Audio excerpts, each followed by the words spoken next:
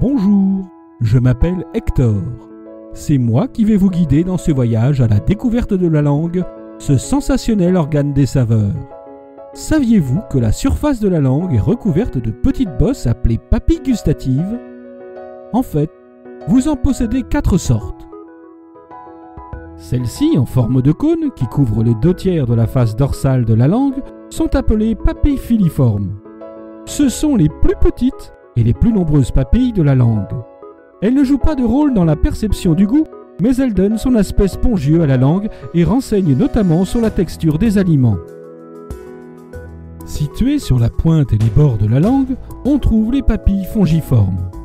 En forme de champignon, elles sont plus volumineuses et moins nombreuses que les papilles filiformes.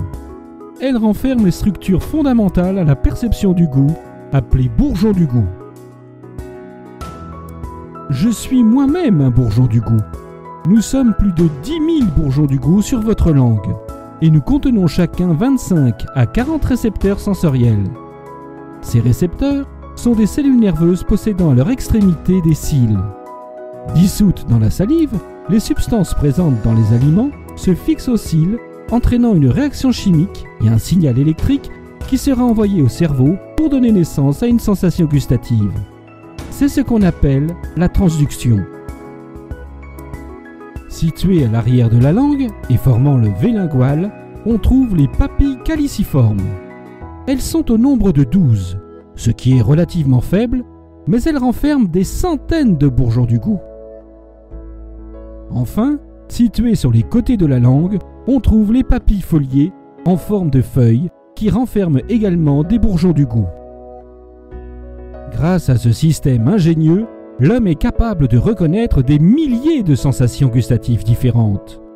Cependant, tous les goûts sont dus à des combinaisons particulières de 5 saveurs primaires: salé, sucré, acide, amer, umami.